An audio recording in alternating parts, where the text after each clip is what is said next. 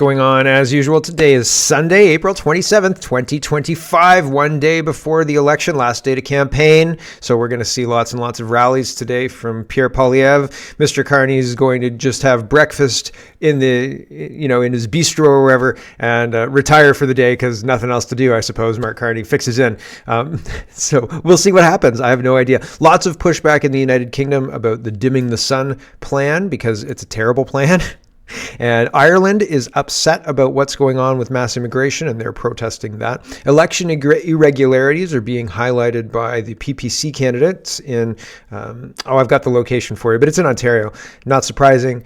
Similar stuff, I think it's in Ontario, similar stuff to what was going on in BC with the care homes and other people voting on other people's behalf and them saying, no, this is totally above board, everything's okay. And so it's kind of weird.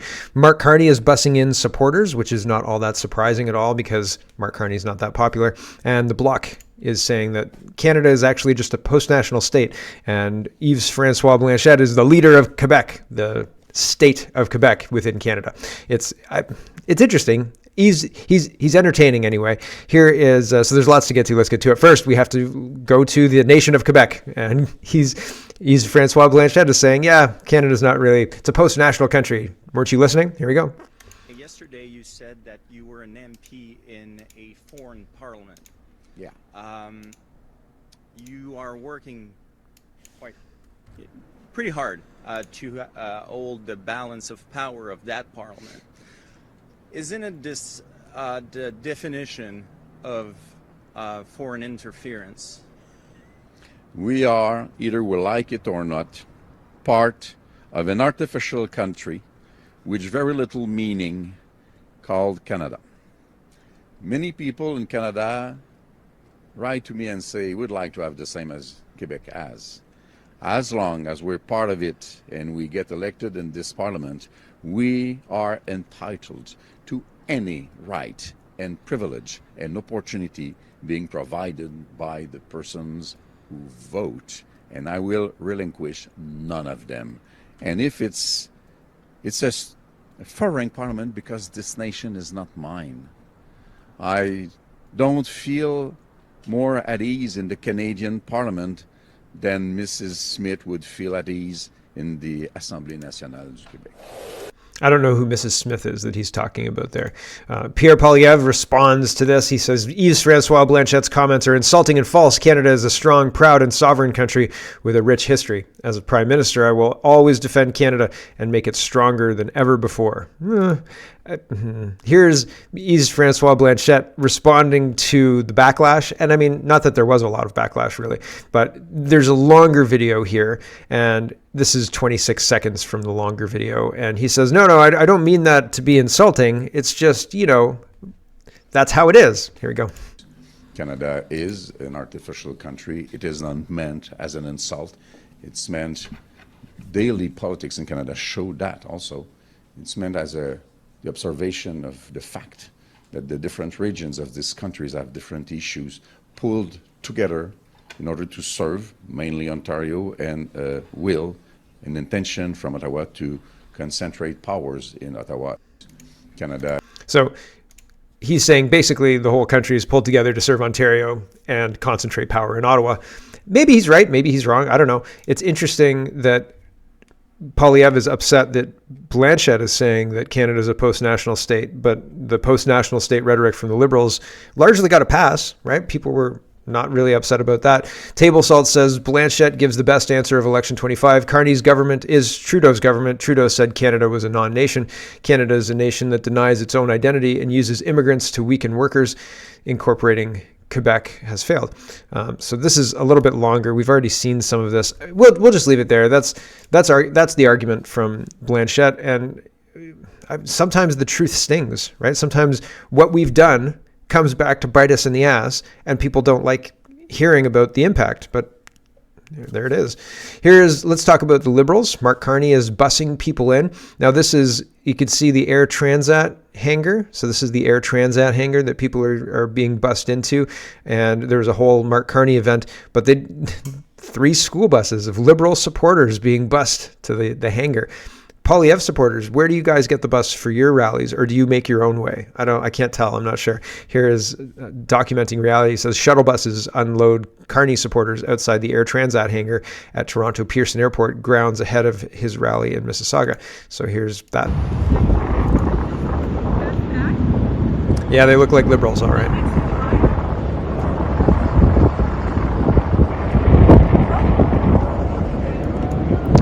Go walking into the Air Transat hangar, right?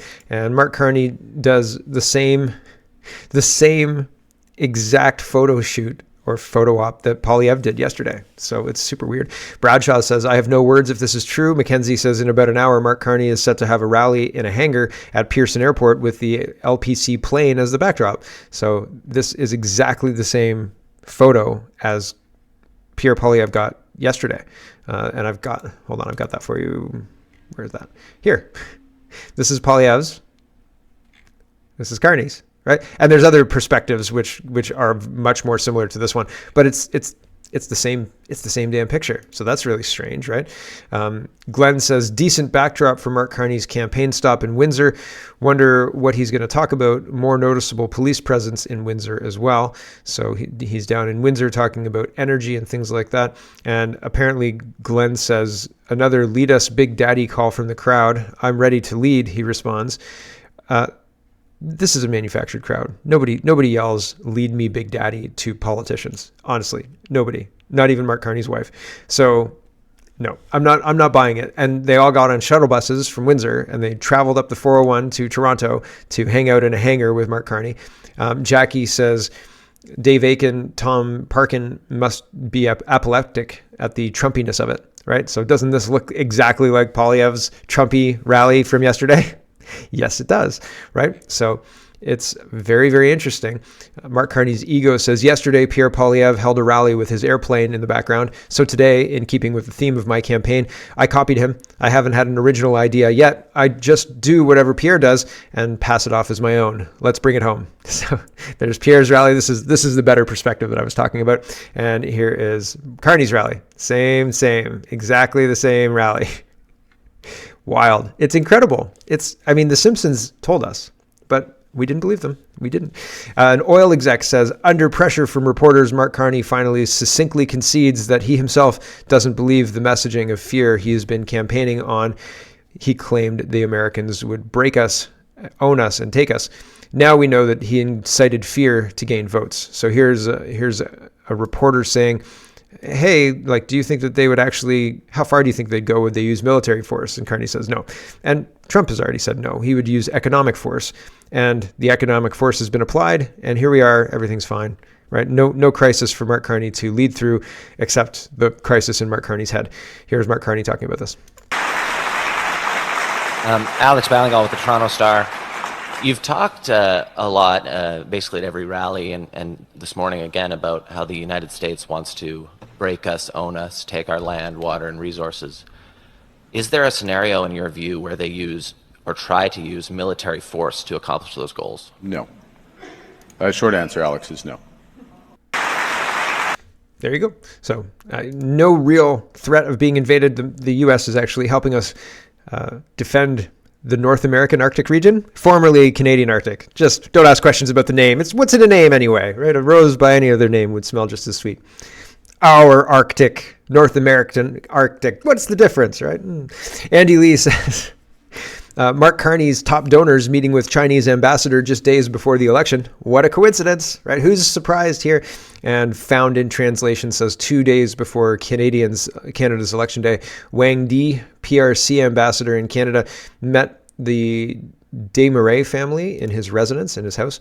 No Canadian flag there. The Desmarais family said they'll continue to promote Canada-China friendships.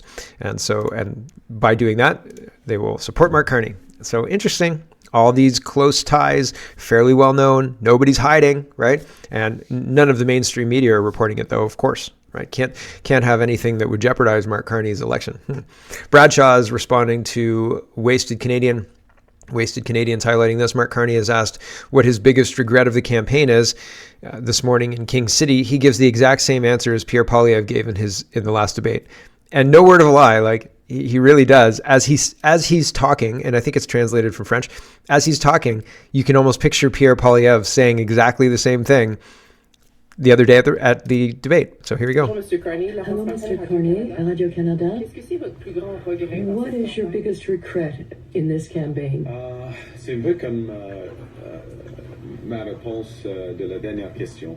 Perhaps my response to the last question. Yesterday,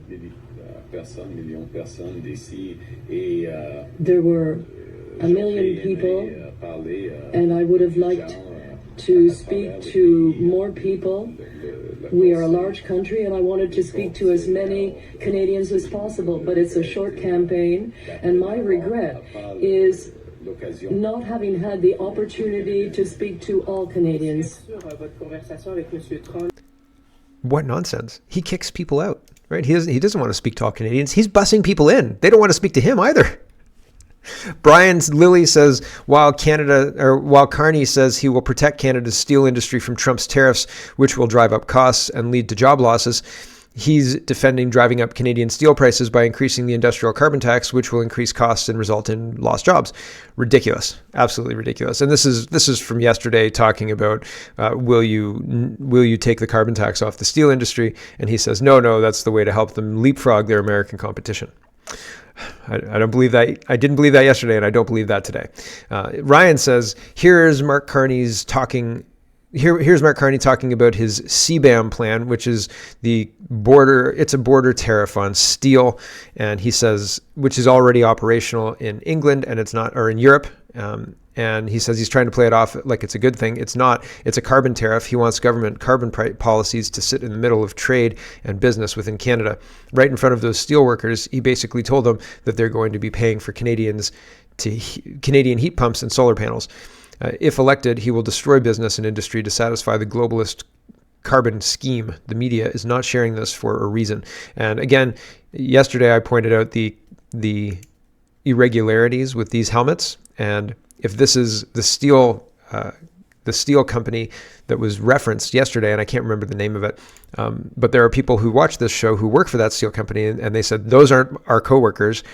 Those helmets look suspect because they're absolutely brand new.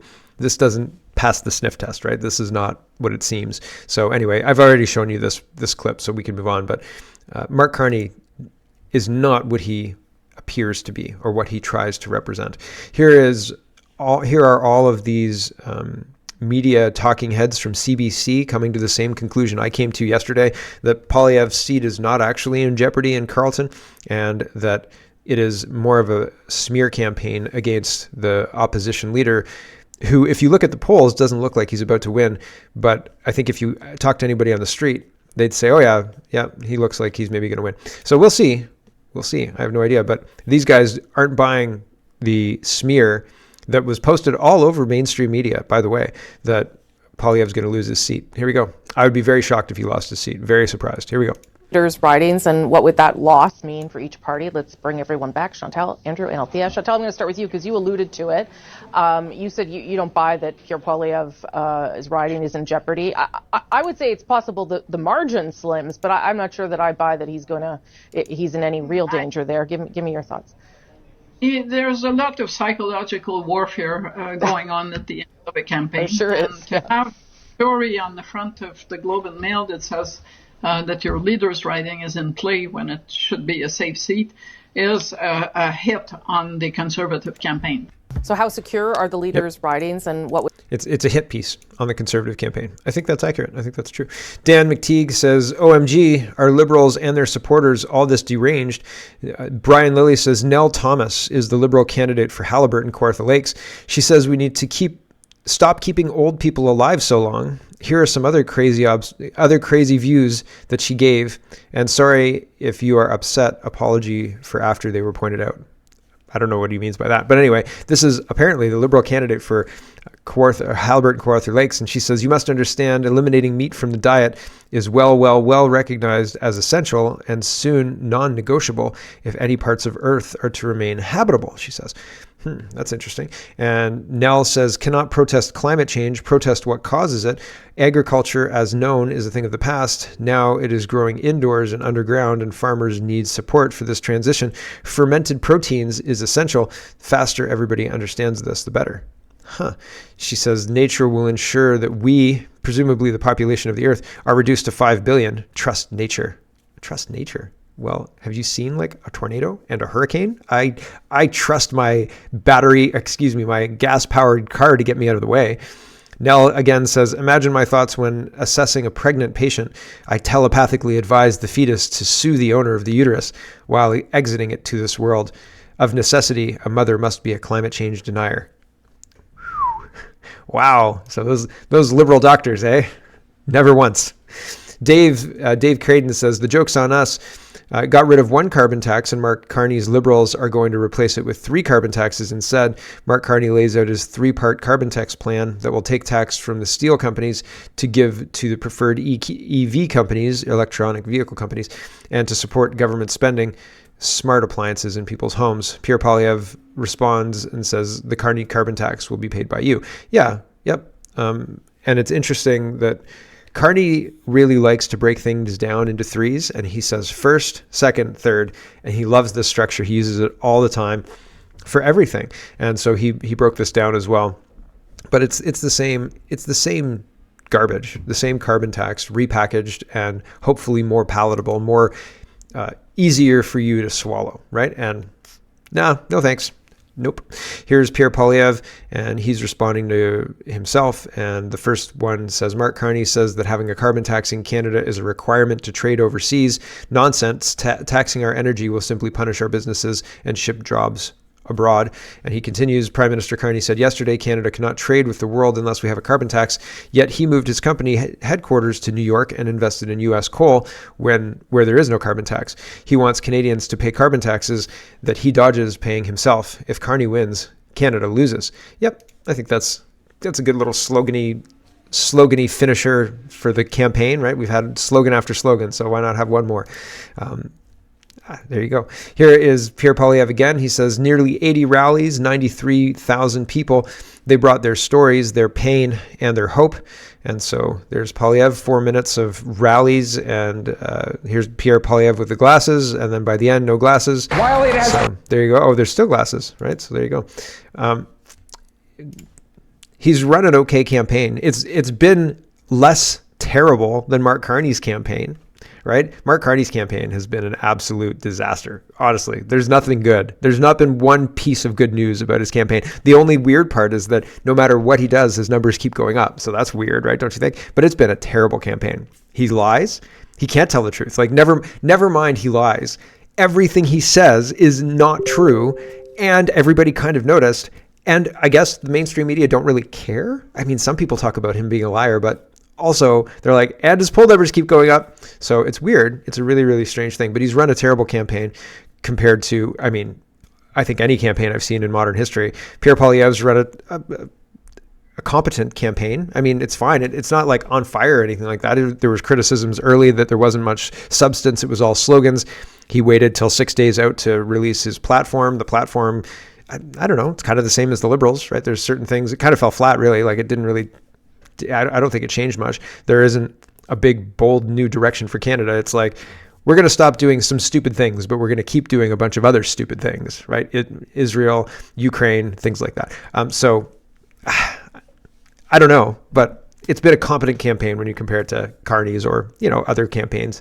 Jagmeet Singh's imploded. That's pretty fun to watch. I thought that was pretty good. I hope he loses his seat tomorrow because that'll be funny. And then the NDP will have to get a new leader and that'll be funnier. And so we'll see. Anybody want to become an NDP leader? That'll be fun. We could be co-leaders. It'll be great. We could explode onto the Canadian politics scene. It would be wonderful. So yeah, that'll be coming up. The Greens might lose their seat. I hope that, and then the party will cease to exist after Elizabeth May's gone, maybe. We'll see how that all works. But I don't know. Here's PPC, what they're doing. And Peter is the candidate for, where is he? Niagara South. Okay, so it is in Ontario. And he says, at one of the retirement homes I visited today, I learned about an unusual activity by one of the Election Canada workers. The this home was held on April 17th. Apparently, about 12 residents were able to vote out of around 100. The election worker was helping all the residents in line ahead of Pam and Deborah. He asked each resident who they were voting for, and then he helped the resident by filling in the ballot for them. Watch the video below to hear the first-hand account of what happened. So here is the video, and here's what happened. She says, according to, I think this is Pam. She put me through with all the paperwork, and then I sat with the gentleman, and he said to me, here's the piece of paper, and who would you like to vote for? I'll write the name down for you. I said, pardon? I said, no, you can't do that. He said, I'm sworn to secrecy. I said, I don't care. That's not the democratic way to do it, and that's my right to be able to do what I want. And the woman that was beside him said, yes, she's right. But I was 10th in line, so like nine people in front of me had let him write the name down. It was so I, stood up for I thought my rights, and then he said, well, I suppose you better fold it in half and put it in the envelope yourself. There was no ballot box at all in sight, nothing, and I just thought that was not the right way to do it. No, it definitely doesn't sound right. It sounds like there are some people that didn't follow the rules the way it was supposed to be done.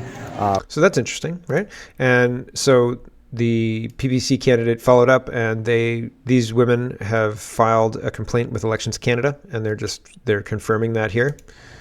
Hi everyone, I'm here again at the Willows residence. I posted yesterday about what was going on here on April 17th regarding the voting that took place, and there were some irregularities in the voting. I'm here again with Pam and Deborah, and we filed a complaint with Elections Canada. We filed an official complaint with Elections Canada about the vote on April 17th. Pamela? I was taken away by the wrestling in the background. Kenny Omega was coming down to the ring, and things happened when he got there. Anyway, an official complaint has been filed with Elections Canada, and the ladies say they hope that something changes because they definitely want to change from the Liberals. And here's just a grab bag of governance or a grab bag of election stuff, because there are things that just didn't quite fit into other categories, I think. And so Marie says, how do you think Canadians will vote in the election on Monday, which is tomorrow? And here is the clown meme. And if you haven't seen the clown meme, it's like a person progressively putting clown makeup on as each statement is said. So the first bit of clown makeup is, I can't afford to buy a house. I can't afford to rent a house. My car has been stolen twice, with the clown wig going on after the makeup's fully applied. And the clown nose goes on and it says, the Liberals will fix this, elbows up. Right? So the memes, I like memes, although that one's a little bit, it's more visual than good for me relaying audio like this. But I think that it's accurate, right? I don't believe, and Stephen, who is this guy was a high-placed, what was he? He was a high-placed somebody or other. I don't know why, or I don't know who he was. The person linking to him had his title. But Stephen says, I refuse to believe that Canadians, even the comfortably well-off who own their homes and receive pensions and government checks, are about to re-elect the same backroom elite Ottawa insiders and the same cabinet ministers who have brought so much misery to Canada over the last 10 years. Yeah, I can't see it. I see it in the polls. I don't believe the polls, but I see it in the polls. And I think to myself, I'll ask some people just to see what the general kind of temperature is. And the general temperature is generally conservative. That's what I hear a lot of the time. Some people PPC, but a lot of the time it's conservative. And so that doesn't jibe. And so it'll be interesting to me to see what the result is, because a lot of people are seeing the reality and having cognitive dissonance because the reality is not reflected at all in the polls. In fact, the inversion of reality is reflected in the polls, and people look at that and think that's really weird. Like, are me and all of my friends completely cracked for thinking that we have our finger on the pulse of this, and having all of the pollsters agree that no, only we know the truth, right? I don't believe it. I just don't believe it. And so we'll see on Monday, but maybe not, because maybe our elections are completely rigged and we'll get a Liberal government, right? Liberal minority, shucks, and Jagmeet Singh gets just enough seats to put them over. I don't know, right? I don't know. We'll see how it all works out.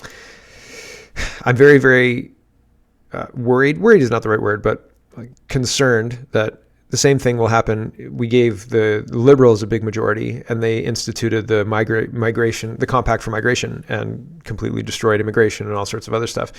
Giving a big majority shows a lot of trust. If we hand a big majority over to the Conservatives, I'm equally worried that they're going to screw things up the way the Liberals have just screwed things up, despite their rhetoric saying they won't, right? They don't know what the 2030 agenda is, and that's concerning. And again, there are some things that they said, free speech is important to the Conservatives, et cetera, et cetera.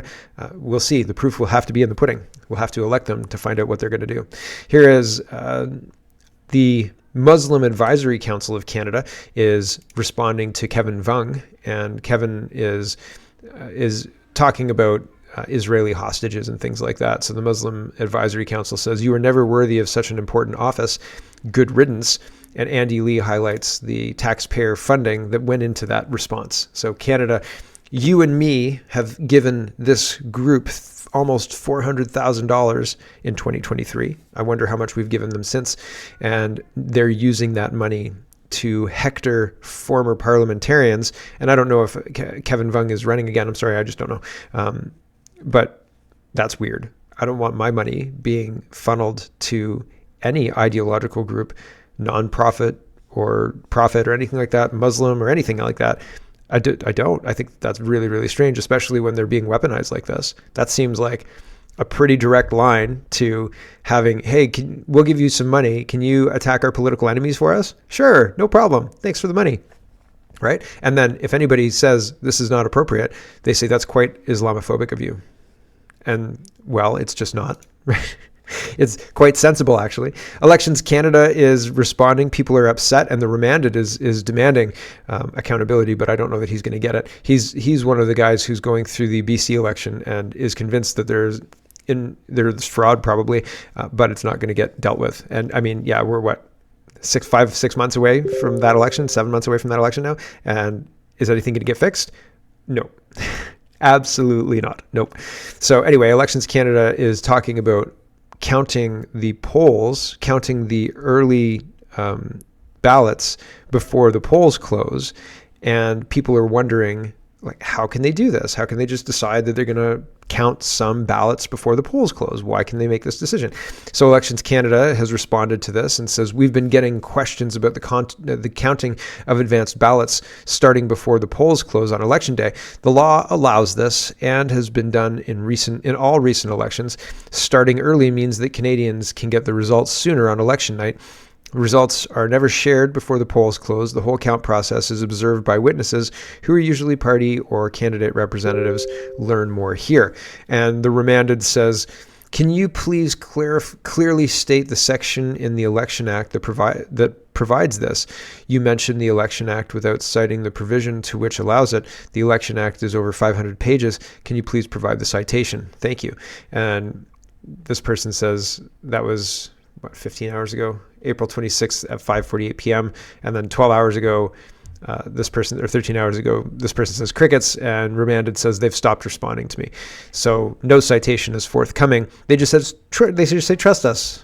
Trust us. It's definitely in there. 100% it's in there. We don't even have to check. We know it's in there. So pretty wild stuff going on in the Canadian election, if you ask me. And I don't know that we're going to get a situation where people are really confident in the outcome and people are happy with the outcome. And I'm hopeful that we get change, but I'm not holding my breath.